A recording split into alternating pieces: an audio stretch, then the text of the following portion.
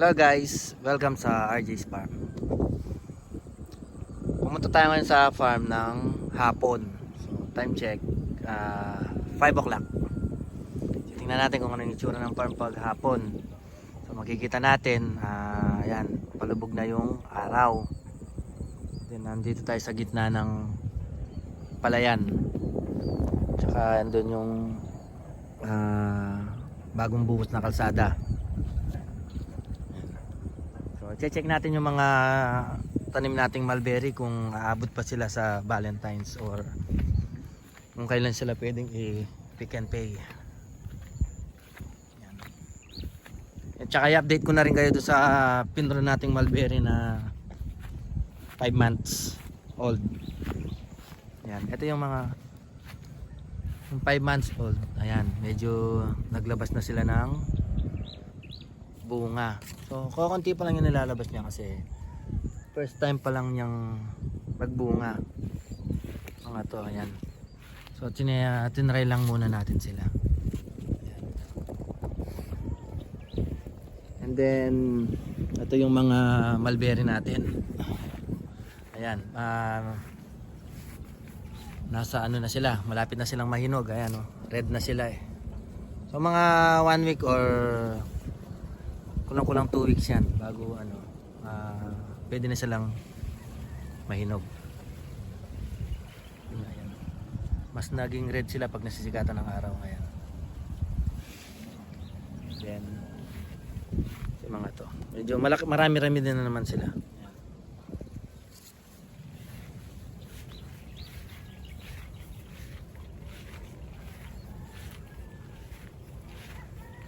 So ang ano rito, mahangin na naman, tsaka malamig ang malamig ang hangin dito sa bukid.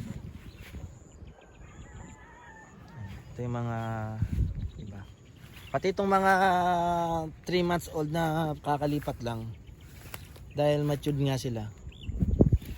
Ito, makikita natin nag-ano na rin sila, nagbubunga rin sila, pero paunti-unti pa lang muna yung ano natin.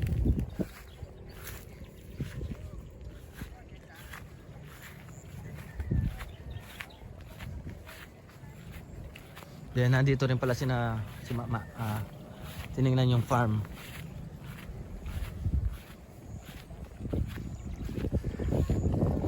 Then itong mga ubas natin, medyo nagiging okay na sila, nakakabawi na sila.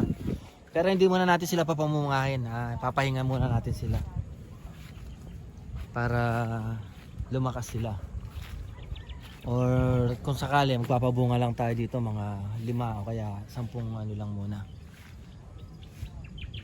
10 puno.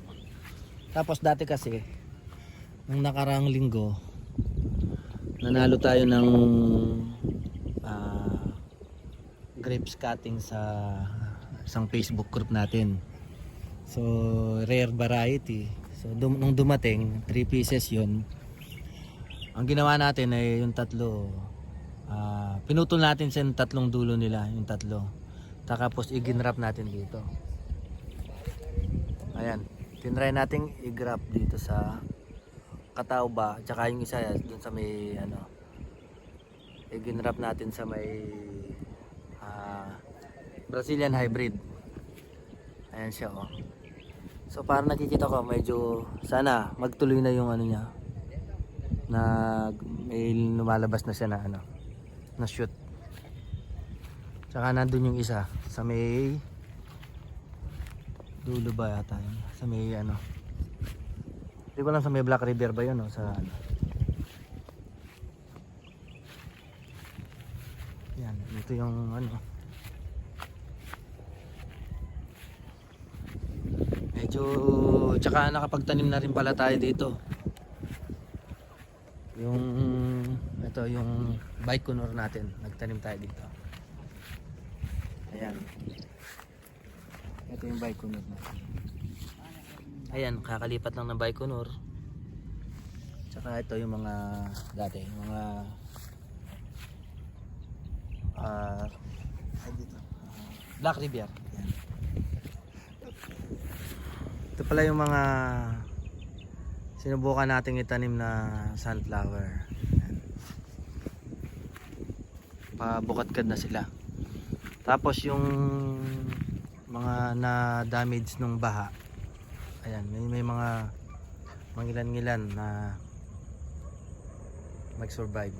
Yan, magsa-sunset na rito sa farm. So ngayon lang tayo nag-vlog dito ng hapon. Pahapon na.